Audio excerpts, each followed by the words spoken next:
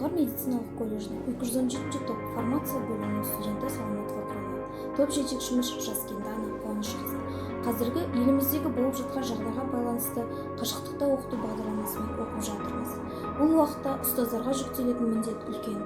Сондықтан біз 217 топ студенттері ұстаздарды қолдағымыз келеді. Елімізде болып жатқан төтенше жағдайға қарамастан өз бойындағы білім нәрін шәкірттеріне сусындатып жатқан барша ұстаздарымызға алғысымызды білдіреміз. Құрметті ұстаздар, қашықтықпен оқыту бағдарламасы арқылы бізге білім беріп жатқандарыңызға сіздерге мың алғыс. Біз біргеміз. Өзіңізге, отбасыңызға, туған туыс бауырларыңызға амандық тілеймін. Мынау басымызға түскен індетті бәріміз бірігіп жеңіп шығамыз. Біз біргеміз.